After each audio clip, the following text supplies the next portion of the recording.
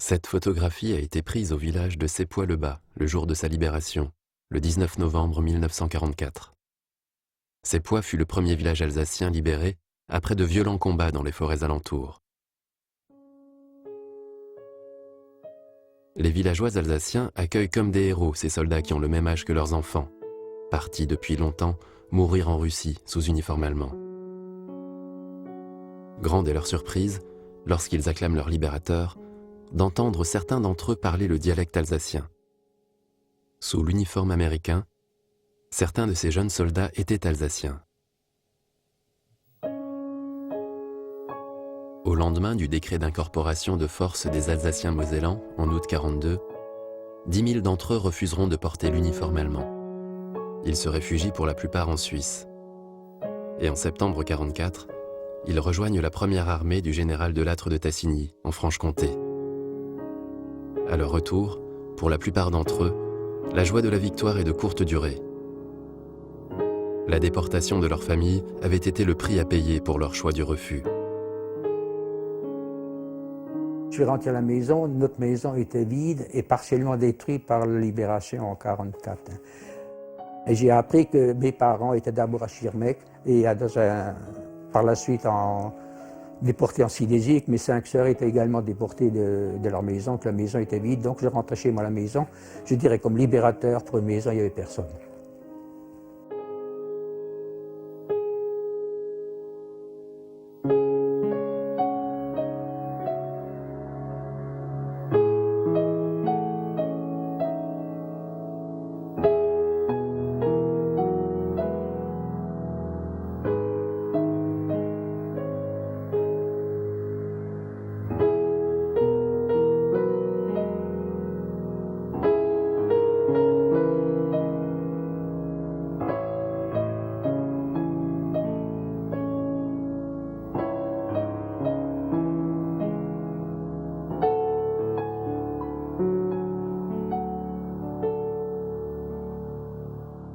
La Wehrmacht franchit le Rhin le 15 juin 1940.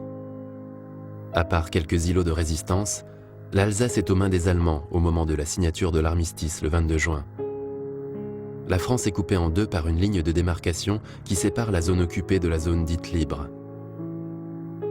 En balayant d'un revers de main la convention d'armistice, Hitler annexe de fait les 2 départements alsaciens et la Moselle.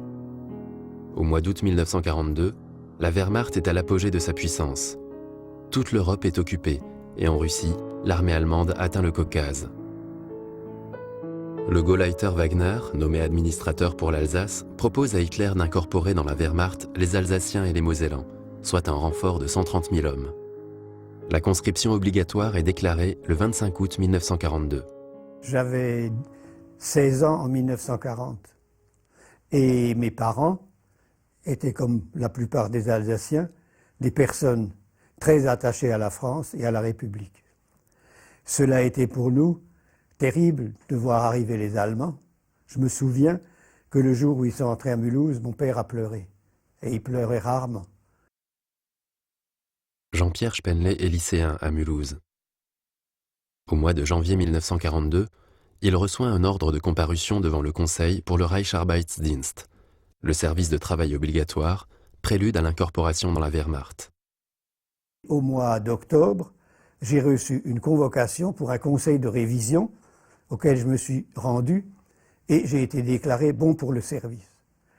À ce moment-là, d'ailleurs de concert avec mes parents, il fallait trouver les moyens d'y échapper.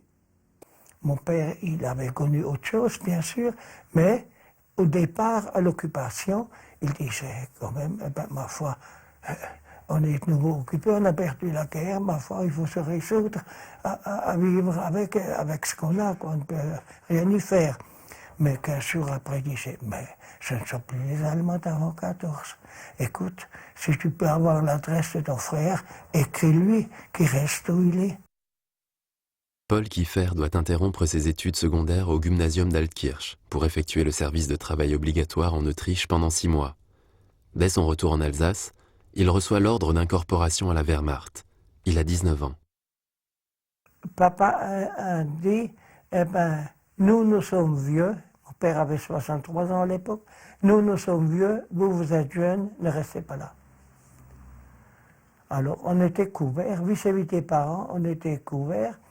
Et donc, nos parents étaient carrément de notre avis, malgré leur éducation absolument différente.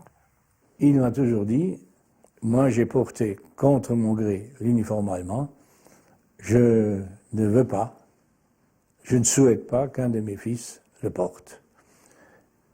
Il s'est un peu trompé parce que, en représailles, mon frère a été aussi sec, incorporé, et il a dû porter l'uniforme allemand jusqu'à la fin. Alphonse Biry a 18 ans lorsqu'il reçoit son ordre d'incorporation. Il est le fils aîné d'une famille de 3 enfants et vient d'obtenir l'abitur, l'équivalent du bac, au gymnasium de Mulhouse. Un certain nombre de soldats allemands ont distribué une feuille de journal. C'était le premier numéro de ce que les Allemands ont appelé par la suite le Mühlhauser Tagblatt, dont j'ai pris un exemplaire. Et c'est là que j'ai vu un entrefilet qui était grand comme une annonce mortuaire à peu près, et qui était intitulé « Verräter General de Gaulle ruft die Franzosen zum Widerstand auf », ce qui veut dire « Le général félon de Gaulle appelle les Français à la résistance ». C'est cet article, j'ai couru à la maison, je l'ai montré à mon père, et je dois dire que c'est ce petit article, ce petit incident qui m'a décidé à ne pas marcher dans ce qui allait arriver. La décision, je ne peux pas dire qu'elle est venue, elle m'a été pratiquement imposée dans mon cas particulier, pour la bonne raison que j'avais refusé d'adhérer à toute participation politique nazie. Mais je ne savais pas très exactement ce qui pouvait m'arriver. Et d'un autre côté, ce qui était peut-être plus important, c'est que mes parents ne m'avaient donné aucune directive, ni aucun conseil, ni aucune orientation. Peut-être parce qu'ils ne voulaient pas m'influencer, peut-être parce qu'ils avaient peur, peut-être aussi sachant ce que je pensais, ça les gênait ou ils me gênaient. Donc je suis parti sans rien dire à personne dans le coin. François Batman a 19 ans quand il est envoyé dans un camp de rééducation politique. Pendant 6 mois, il devra participer au déblaiement des villes allemandes bombardées. Si mon père ne m'avait pas dit oui, je crois que je ne serais pas parti. Donc il est évident que pour tout le monde se posait un cas de conscience terrible. Faut-il s'évader au risque de mettre nos familles en danger? Ou beaucoup ont jugé qu'il valait mieux répondre à l'ordre d'appel. Ça, c'est un cas de conscience que chacun a tranché à sa façon. La Convention de La Haye, dont l'Allemagne est signataire, interdit l'incorporation des citoyens étrangers dans l'armée d'occupation. Hitler lève l'obstacle juridique en décrétant de facto la nationalité allemande pour les incorporés alsaciens et mosellans. 130 000 jeunes Alsaciens sont donc appelés à rejoindre la Wehrmacht. Pour dissuader les éventuels refus, les nazis instaurent la responsabilité dite de la grande famille. Les pères, mères, frères, sœurs et descendants sont arrêtés et déportés dans des camps de travail en Silésie. Tout de suite, en rentrant chez moi, j'ai dit que je n'irais pas chez les Allemands.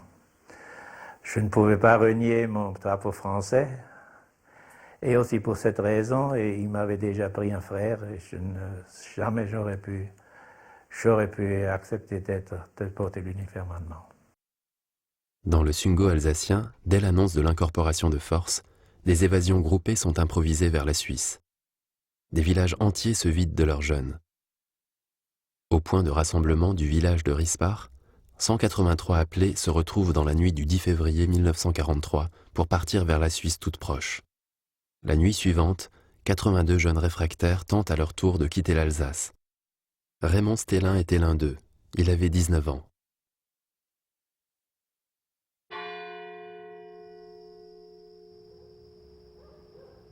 Ce 11 février, j'étais secrétaire de mairie de Bettlack et les hommes de la classe 19, 14 à 19, se sont réunis ce soir-là à la mairie pour signer les fiches d'enrôlement qui nous ont été présentées par le Landkommissariat.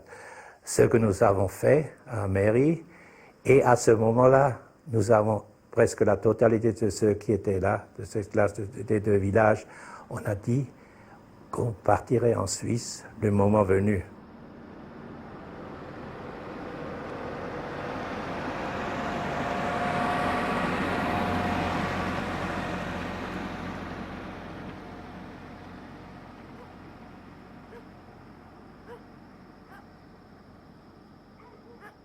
Cette nuit-là, cette même nuit, où nous avons décidé de partir, les 182 réfractaires de Rispach, die Espenkolonne, ils sont partis en Suisse.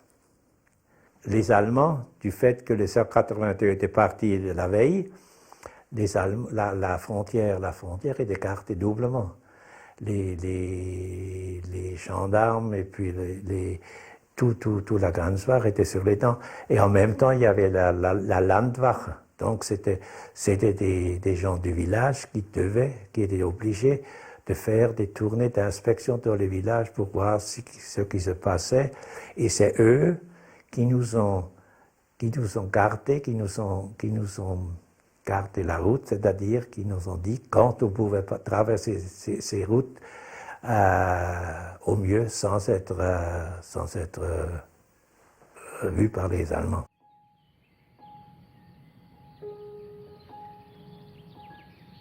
Nous, on est arrivés à peu près vers 11h du soir, 11h30.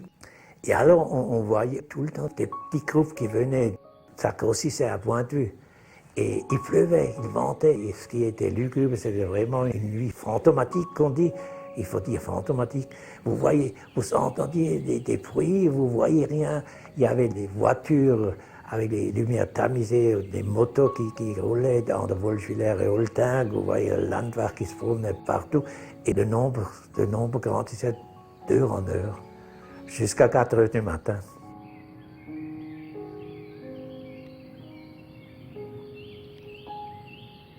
Quand on s'est compté, aux surprises, il y avait 87. Ils venaient de tous les villages, de Bettlach, Linsdorf, Oltang, Gredersdorf, Fieslis, Buxwiller, Wernshus, Durmenach, même de Mulhouse, il y en a qui venaient, de Muspach qui venaient. C'était inouï, hein. Et on se demandait comment ce mot a pu passer dans tous ces villages dans une journée. Le 12 février 1943, 18 jeunes du village de Ballersdorf prennent la décision de parcourir à pied les 22 km qui les séparent de la frontière suisse. Ils sont interceptés par une patrouille allemande. 3 jeunes sont tués. 14 sont capturés et fusillés au camp du Struthof. Leurs familles seront déportées. Un seul en réchappera. Ce drame met un terme aux évasions groupées. Désormais, seules les évasions individuelles seront possibles. Il y avait 2 possibilités pour s'évader. On pouvait passer par les Vosges, qui étaient relativement moins surveillées, mais ensuite il y avait toute la zone occupée à franchir et à repasser la ligne de démarcation. Et en plus, on n'avait pas toujours les contacts nécessaires là-bas. C'est pourquoi le réseau faisait passer les gens plutôt par la Suisse. La surveillance des Allemands était très serrée, mais une fois qu'on avait franchi la frontière, on avait la possibilité de rejoindre la zone libre sans encombre. Le soir, j'ai loué un vélo à Keiling, j'ai fait la course j'allais jusqu'à Singen, et à minuit, mon frère m'a dit, écoute, il faut ce vélo dans ce fossé, il faut qu'on parte en course ce soir, parce que demain il faut que j'aille à la Wehrmacht. J'ai mon tout appel. Mon frère, il a dit, écoute, il y a une carte là-bas, il y a une carte ici, et en face, il y avait juste les Suisses qui piochaient les patates là-bas. Et il a dit, écoute, on va foncer directement, mon frère, directement vers les Suisses pour qu'ils ne puissent pas nous tirer dessus, quoi. À midi, quoi. En plein jour, mais comme dit, on était sur la frontière. Et mais par précaution, mon frère avait une grosse valise encore, et moi je suis en tenue d'armée allemande, en botte, quoi. Et on a couru tout de suite vers les Suisses.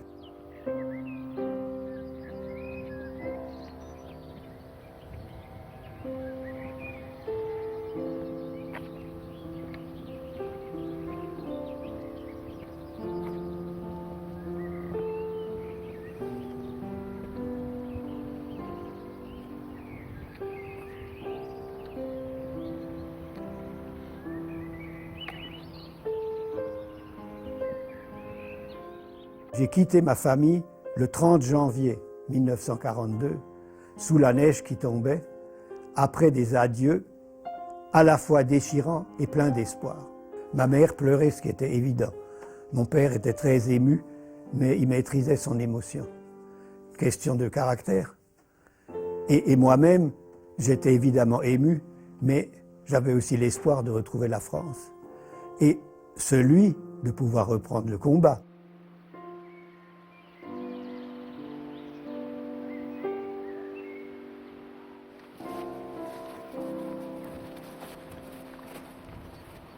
Nous sommes partis en direction d'Altkirch. Nous sommes arrivés sans problème à Lipsdorf. Nous avons été bien accueillis par le curé Stam. C'était un ancien missionnaire qui a rendu de très grands services à la résistance. 2 jours après, vers 9 h du matin, le garde forestier est venu et m'a dit « je vous emmène ».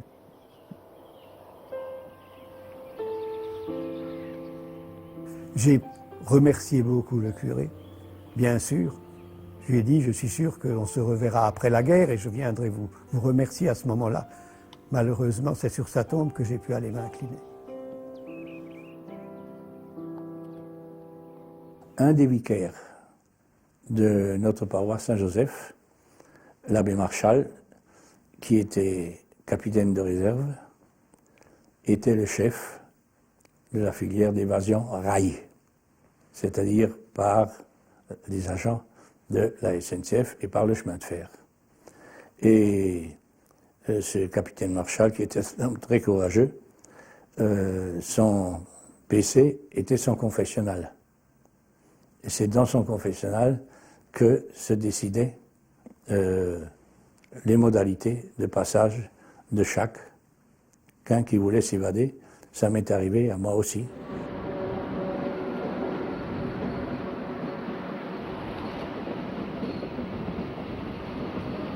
Je suis donc parti un lundi matin pour Fribourg, pour aller émarger à la commandature et pour aller émarger ma liste de présence à la faculté.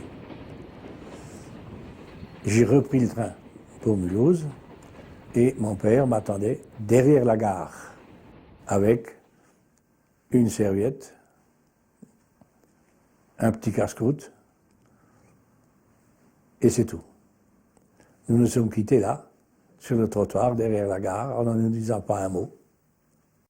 J'ai été avec mon père, caché pendant 15 jours, avant que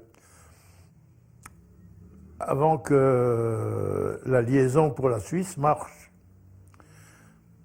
Alors, au début, il y avait mon père et moi, et après 15 jours, c'est ma mère qui a rappliqué, parce que la Gestapo, ne nous ayant pas trouvés, elle voulait arrêter ma mère.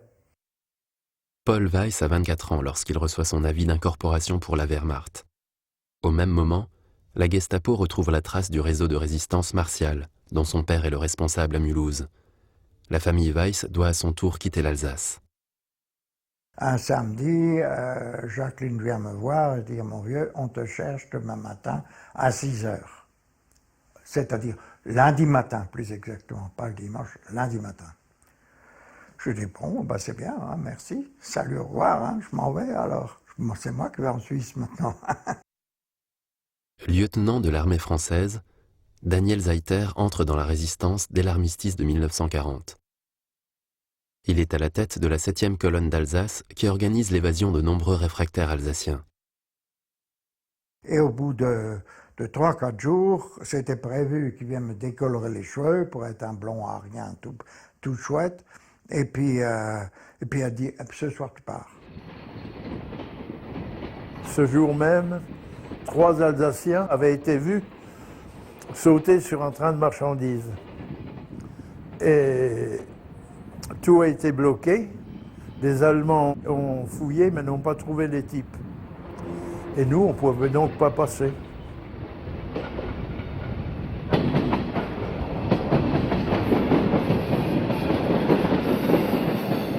On est allé vers la gare, je l'ai suivi, on a passé le long de la voie ferrée, on est allé jusqu'au cimetière de Saint-Louis, On est rentré par une porte dérobée derrière, dans ce cimetière. Et M. Libis, c'est comme ça que j'ai appris par la suite qu'il s'appelait, a soulevé la dalle et il m'a dit, descendez là-dedans. Je vous rechercherai. Alors il me dit, tu sais, tu n'es pas seul à partir. Je dis, quoi? Je ne suis pas seul à partir. Mais ça ne va pas, tu sais que je suis recherché et tout le Bataclan. Moi, je veux personne avec moi. Ah non, non, non, mais c'est comme ça, il n'y a rien à faire. Tu as encore un petit genou qui part parce qu'il a 18 ans, il doit partir à la Wehrmacht, ben, il part avec toi. Quand j'étais dans le wagon, il m'a remis un paquet en papier. J'ai dit, qu'est-ce qu'il faut que je fasse avec ça? Il m'a dit, là-dedans, il n'y a que du poivre. Si quelqu'un ouvre la porte avant que tu peux sortir, tu lui souffles ça à la figure et tu files. On prend la rambarde, on saute, le môme, je le tire aussi en haut, on rentre dans la cahute, on ouvre le truc, on passe dans la gare de Saint-Louis à toute allure. Dans le temps, il y avait des petites guérites de frein, et ma mère était couchée à côté de la guérite, et mon père et moi, nous étions cachés sur le charbon. Il y avait deux feux qui passaient du vert au rouge. À Saint-Louis, il était vert, et à la frontière, il était rouge. Alors, première réaction de ma part, c'était de vouloir sauter. Mais comme j'ai entendu marcher un gars, c'était la sentinelle, qui faisait les 100 pas le long du train. Mais s'il avait été un peu observateur, il aurait pu voir ma mère couchée. Tout d'un coup, le train ralentit, je dis, on est foutu. Le train ralentit, ralentit, et puis tout d'un coup, il est presque à zéro. Quand on est en plein dans les phares, des phares de train, enfin des lampadaires, des hauts lampadaires, et on est dans une gare. Je dis, salut, les sites nous ont stoppés, hein. Et après X secondes ou minutes, ça je ne pourrais plus vous dire, j'ai entendu les freins qui se desserraient, et le train est parti en direction de la Suisse. Alors j'ai dit au môme, écoute, maintenant il n'y a pas sans solution, tu ouvres cette portière derrière, ici c'est vers la gare, vers les bâtiments, derrière on va foutre le camp, hein, mais j'attends que le Boche arrive jusque chez nous. Hein.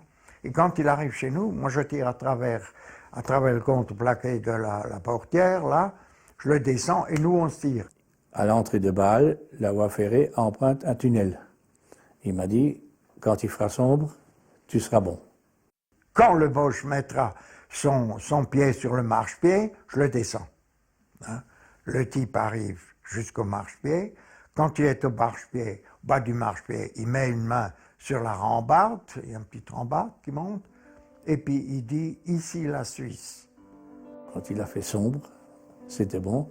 On est ressorti de l'autre côté, il y avait la gare Saint-Johann. Et quand j'ai vu à travers l'interstice qui restait entre la porte et le wagon, Bahnhof Saint-Johann, là, j'ai sorti mon casse-croûte. J'avais plus mangé depuis 24 heures. Voilà, et puis c'était l'arrivée dans l'au-delà.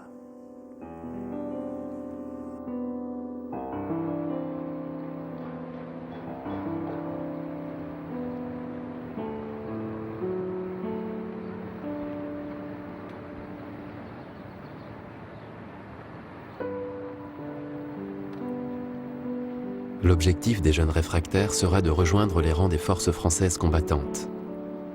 Arrivés en Suisse, ils sont en général refoulés sur Annemasse, dans la Haute-Savoie, où ils sont pris en charge par un service d'accueil avant de partir rejoindre les Alliés. Mais pour la plupart d'entre eux, le voyage vers l'Algérie ou l'Angleterre s'avère impossible à partir du 12 novembre 1942, car les Allemands envahissent la zone libre suite au débarquement allié en Afrique du Nord. Désormais, la Suisse constitue le seul rempart pour des milliers de personnes qui fuient le nazisme. Entièrement encerclée par les armées allemandes et italiennes, la Suisse était avec l'Angleterre le seul pays libre d'Europe. Elle accueillera environ 100 000 réfugiés répartis en 86 camps d'internement sur tout le territoire. Par un beau soleil d'automne, pratiquement vers midi, hein, Le 28 octobre, je me suis retrouvé normalement de l'autre côté, en Suisse, à Levetin, c'est le premier village suisse. Et ne voyant personne, j'ai dit il faut que je cherche à me déclarer quelque part, hein, parce que je suis maintenant en fraude ici.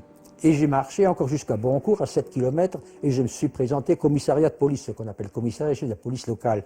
Et ça ne leur a pas plu pour la bonne raison hein, que je devais normalement rester sur la frontière et me faire arrêter par la garde frontière, que je n'avais pas le droit de marcher sans papier, sans identité en Suisse.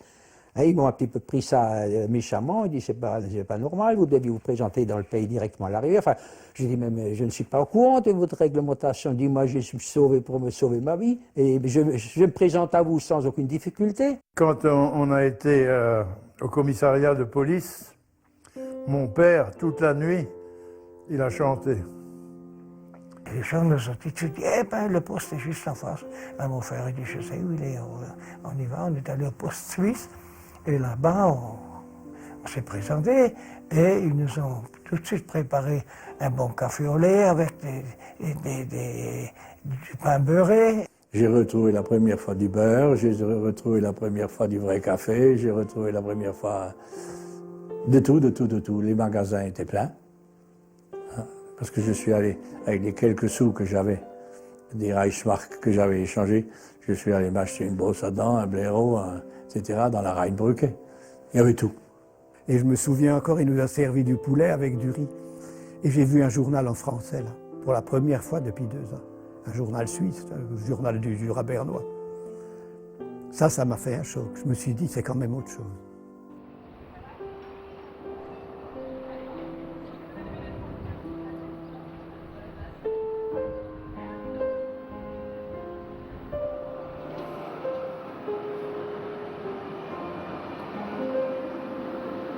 D'abord, on m'a collé dans une cellule où il n'y avait rien, que 3 escabeaux, hein, et puis la tinette dans le coin. Au bout de 5 minutes, on a introduit un deuxième dans cette cellule. C'était mon copain de lycée Jeannot, qui venait de passer aussi la frontière. Quelques minutes après, c'était un autre Alsacien de Heimersdorf qu'on a introduit dans cette cellule. Et puis, encore quelques minutes, et c'est un tirailleur marocain. Arrivé donc en prison à Jafous, j'étais couvert du fait que, ayant passé dans la Wehrmacht, j'étais pour les Suisses, j'étais considéré comme déserteur. Ils m'ont tout de suite, d'ailleurs, réquisitionné mes vêtements, ma tenue militaire, etc., m'ont donné des vieux frocs des Suisses, quoi. Enfin, bref. Et mon frère, et c'était, du fait qu'il était en civil, eh ben, c'était un problème d'avoir l'autorisation de rester en Suisse, parce qu'ils en expulsaient pas mal, hein, finalement. On m'a fait passer chez un commissaire de police suisse, avec tout le questionnaire d'usage, qui s'est mal passé. Ça s'est mal passé, il m'a demandé mon nom, je lui ai dit le prénom, la date de naissance, la nationalité, j'ai dit française, en lui donnant ma carte d'identité. Il m'a répondu non, allemande. Ah, j'ai dit non, française. Alors au bout de 10 fois comme ça, moi je me suis énervé, lui s'est énervé. Et il m'a dit, texto, si ça ne vous plaît pas ici, je vous reconduis à la frontière. C'est comme ça le premier entretien que j'ai eu avec un commissaire suisse. Et j'ai su par la suite, parce que après la guerre, il y a eu un procès, que ce bonhomme-là, tous les jours, il a envoyé la liste de ceux qui étaient arrivés à la Gestapo à Mulhouse. Il a été d'ailleurs fusillé. Et c'est grâce à celui-là que mes parents ont été déportés.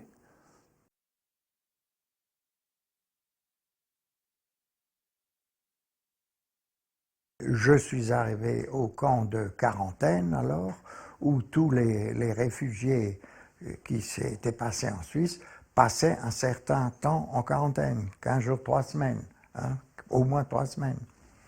Dans ce camp de quarantaine, alors on a trouvé les copains qui sont venus plus tard, on les a retrouvés de nouveau, alors on était toute une équipe déjà.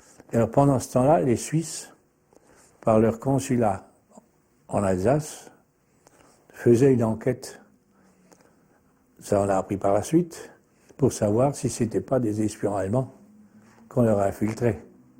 C'est ce qui aurait été possible. Et c'est seulement quand ils avaient la conviction que le jeune qui était là était vraiment un gars qui s'était enfui d'Alsace parce qu'il ne voulait pas aller à la Wehrmacht et parce qu'il voulait continuer la guerre ailleurs, qu'on a été sorti des camps d'accueil et on a été mis dans des camps de travail. Là, il fallait commencer à travailler. Alors là, c'était fini. Là. On devait, pour gagner sa croûte, on gagnait 7,50 francs tous les 15 jours. Je sais pas, enfin, c'était ça ce qu'il fallait, quoi, pour quelques cigarettes ou quelques trucs, quoi. On nous faisait faire le travail que font aujourd'hui ici, oui, vous voyez à qui je pense. Les travaux que les Français ne veulent pas faire. Alors, on faisait de l'extraction de la taube, ce qui n'était pas un travail très propre, hein, parce qu'ils se chauffaient avec ça. Le camp de base était destiné à rendre des terrains cultivables dans le Jura bernois. On a fait la remontée mécanique, enfin c'est-à-dire la remontée, le tire-fesse du Mont Lachaud, de Montanacan sur le Mont Lachaud. Le premier tire-fesse, c'est nous, et là on était une dizaine d'Alsaciens.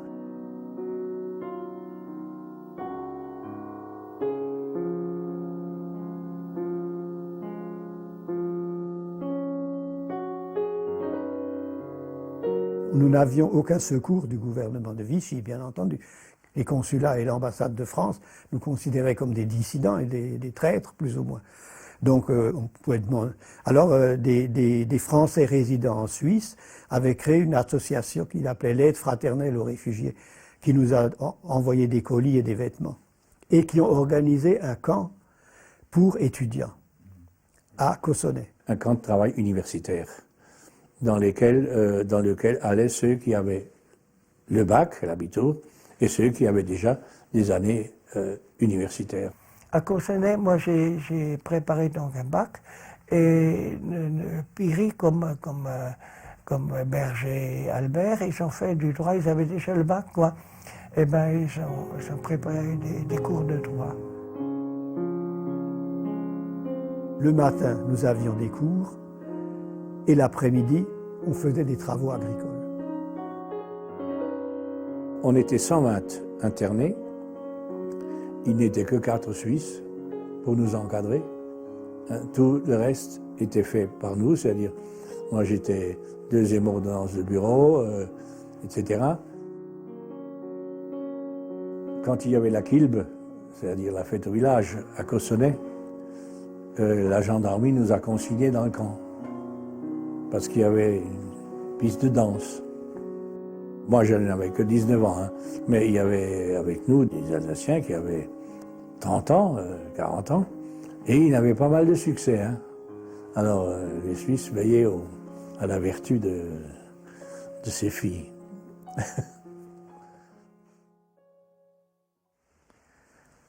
Là, à Augsberg, il y a un camp, là-bas, soi-disant, je suis affecté. Alors bon, quand j'arrive là, je trouve 5 types habillés en anglais, 5-6 types habillés en anglais, et puis le type va chez un Suisse, en tenue militaire, un lieutenant suisse, avec un sous-off, il m'a fait rentrer dans un bureau, il dit, voilà, Setter, c'est lui. Alors le lieutenant suisse, ah, monsieur, je suis content de vous voir, vous. C'est vous qui êtes le commandant du camp. Je dis, moi, le commandant du camp? Ici? Eh oui, ben, d'accord, moi je veux bien, hein, le commandant du camp.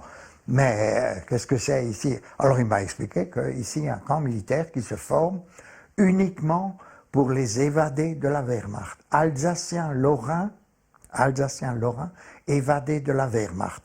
Donc tous les types qui ont fait déjà 6 mois en Russie, ou au Balkan, en Yougoslavie, etc., et qui ont pu se tirer, tout cela, on les rassemble dans un camp. Il y en a déjà quelques-uns à gauche, à droite, et ceux-là seront pris en main par les Anglais, donc tenue anglaise, c'est les 5-6 types qui étaient en battle rest déjà, avec le truc anglais, ravitaillés par les Anglais, payés par les Anglais. Moi, j'ai eu une solde de lieutenant, alors à ce moment-là, salut les 7,50 francs après, hein, j'avais une solde de lieutenant, j'avais 600 francs suisses, mais c'était là, Ça, moi, je me croyais moi, le chef de la fédération suisse, hein, du coup. Hein.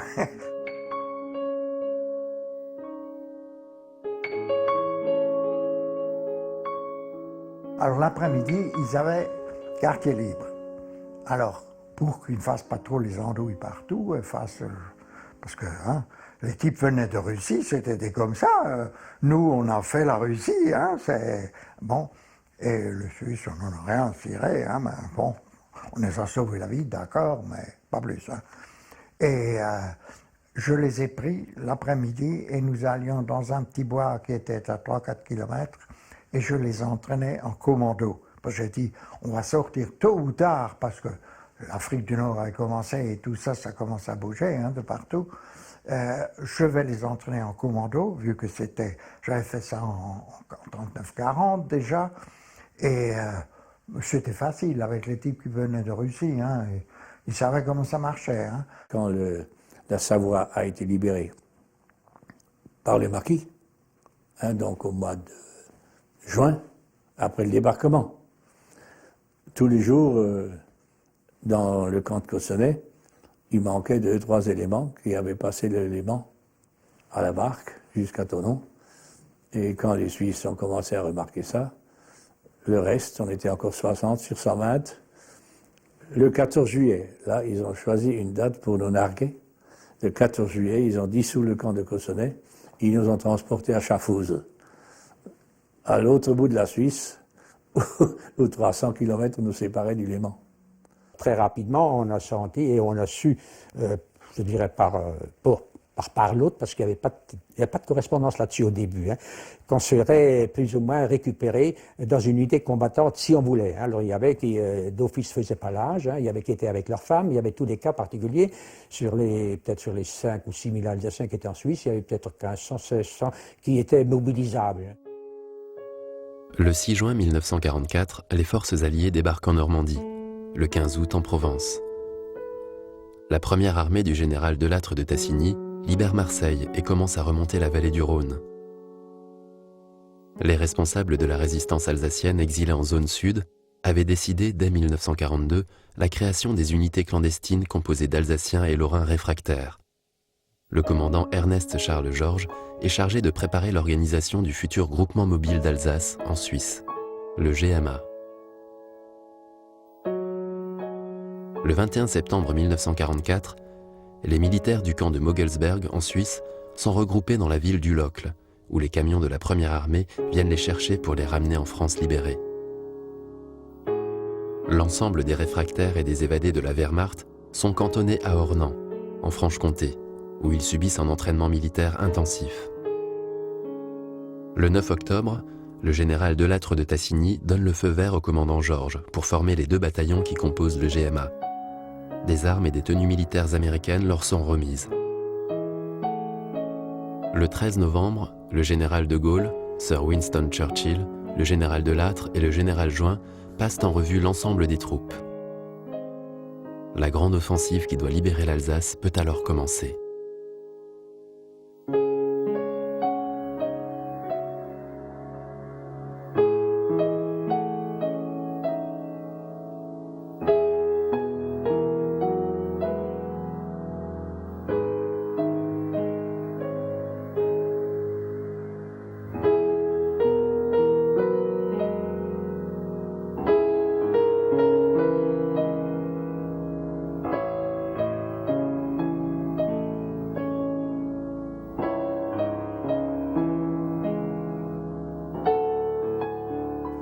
Alors le convoi est parti sur Hirzing, Altkirch, et on s'arrêtait parfois, il y avait des haltes dans les convois, parce qu'il y en avait d'autres qui passaient, où il y a de l'artillerie qui passait, où on laissait passer des chars.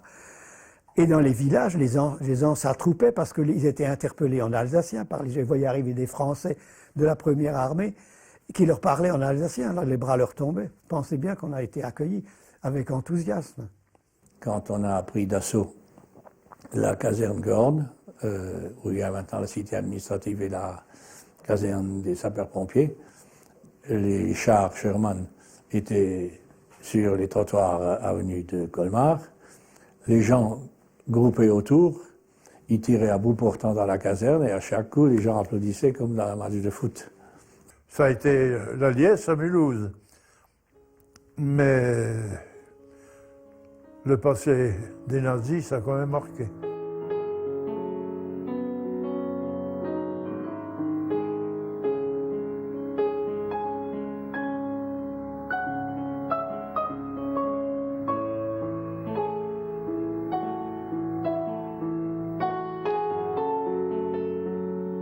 Quand moi, je suis arrivé à Mulhouse, avec le bataillon, etc., elle était à la maison.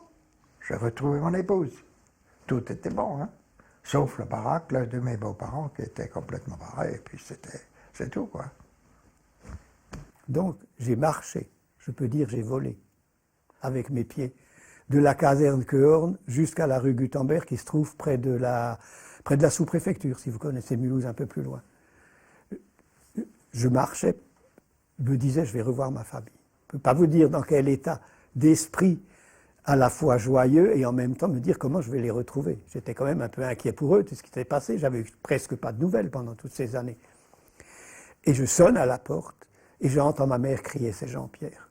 Ma mère était une personne d'un naturel très heureux. Alors que mon père, pendant son séjour en camp de concentration, était revenu avec 35 kilos de moins, elle n'avait pas perdu un gramme. Elle a toujours dit, nous rentrerons. Mon père me l'a toujours dit. Il dit, t'en fais pas Eugène, nous rentrerons. Et elle m'a accueilli comme ça, comme elle était.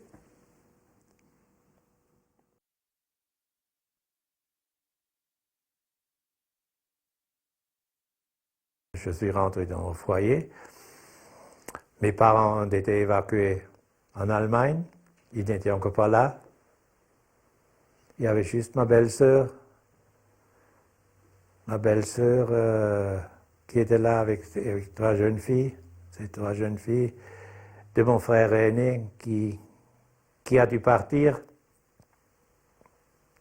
qui était donc dans l'armée allemande et qui n'est jamais revenu. Mon père, il a passé 3 mois chez Schirmeck, était là dans les différents camps de travail, à Riedlingen, en Württemberg, puis après Schelklingen, et en dernier en Bade, en Bavière, le pays de Bade, quoi.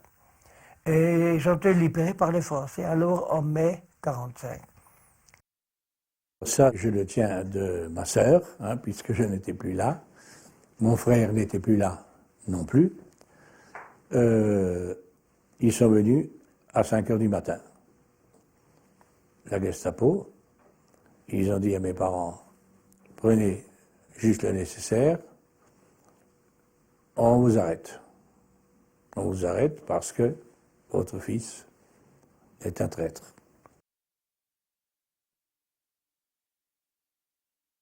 Les sœurs, elles servaient d'exemple de déportation pour le restant du village, puisque plus personne n'est parti après moi. Hein? C'était la représaille typique, comme on a fait des représailles en France avec les otages. Hein? Je peux dire qu'il y a eu la chance du côté de la famille. Tout le monde est revenu, plus ou moins un peu traumatisé quand même, parce que partir à 5 ans dans un camp, ce n'est pas facile.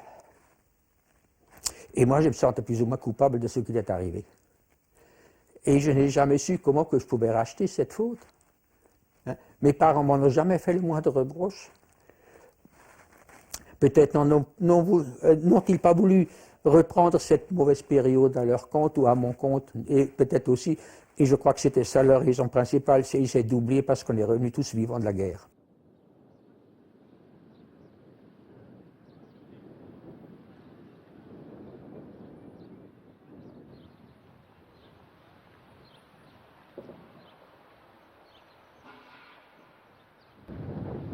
L'Alsace voit ses malgré-nous rentrer au compte-gouttes du front russe.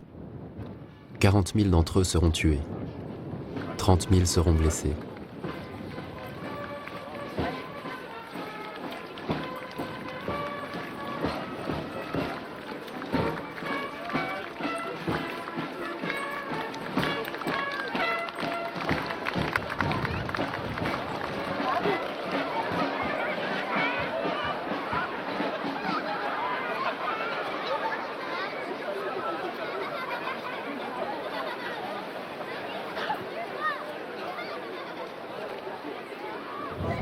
Ah, c'était une question pénible, je vous rassure. Je dirais presque, ça me peine d'y revenir là-dessus. Pour la première raison, donc sur mes 14 camarades de classe, j'étais le seul qui n'a pas été sous l'uniforme allemand déjà, premier point. Deuxième point, quand je suis rentré en 1944, le 18 ou 20 décembre, dans le village, la première chose qu'on m'a dit, toi, tu as eu de la chance, tu es revenu vivant de la guerre. Alors, quand tes parents de mes camarades de classe vous reprochent, je sais pas ce que j'ai pris ça comme un reproche, d'être vivant encore avec ce qui s'est passé, ça m'a été dur d'accepter ça. D'ailleurs, je ne suis plus resté dans le village, je suis parti après la suite de ça. Les gars ont dû servir sous un uniforme allemand. Vous savez, j'ai assisté à leur départ en 1942. J'ai moi-même dû passer au conseil de révision à l'époque, en 1942. J'ai passé au conseil de révision comme officier. On ne nous a pas pris parce que j'étais officier, c'est tout. Moi, je les ai vus revenir, je dois dire, avec une grande joie tous. Parce qu'ils en avaient bavé. Ils en avaient bavé et pour rien. On ne parlait jamais, ni eux. Ils ne pouvaient pas parler de leurs prestations militaires, au fond, parce qu'au fond, c'était plutôt déshonorant d'avoir combattu le pays qui les a libérés. Moi, j'estime qu'en tant que vainqueur, je n'avais pas à me vanter vis-à-vis d'eux. Ils avaient peut-être militairement plus de mérite que moi. Moi, j'ai eu plus de chance qu'eux. C'est la seule chose qui nous différencie, je crois. Le fait qu'ils étaient beaucoup plus nombreux que les évadés, l'idée est venue, était répandue dans la population du reste du pays, que tous les Alsaciens lorrains étaient dans l'armée allemande. Alors, c'était très difficile. Même, je me suis souvent battu pendant les années suivantes pour expliquer la situation. Le 2 novembre 1944, une ordonnance du général de Gaulle rétablit la légalité républicaine sur l'ensemble du territoire. L'Alsace redevient française. Ceux qui de force ont porté l'uniforme allemand et ceux qui ont refusé cette intégration dans la Wehrmacht, malgré nous et réfractaires, retrouvent leur pays. Dans la seule région du Sungo, au sud de Mulhouse, plus de 3000 personnes ont été déportées en représailles des évasions des réfractaires.